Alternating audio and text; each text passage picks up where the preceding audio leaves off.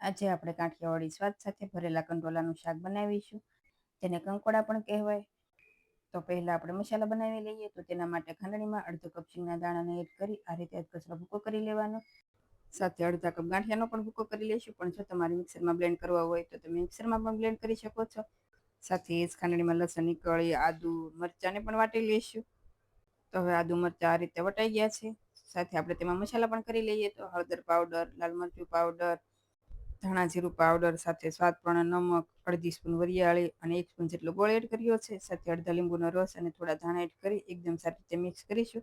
હવે તેમાં 2 સ્પૂન જેવું તેલ એડ કરી આ રીતે બાઇન્ડિંગ આવી જાય તે રીતે આપણે મિશ્રણ બનાવીશું.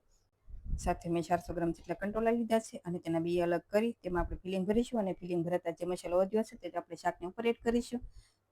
તો હવે પેનમાં 3 સ્પૂન તેલ એડ કરી તેલ ગરમ થાય એટલે તેમાં 1 પિંચ જેટલી હિંગ અને કંટોલા એડ કરી 2 થી 3 મિનિટ જેવા સાતળીશું અને ઢાંકણ બંધ કરી 5 મિનિટ જેવું થવા દઈશું.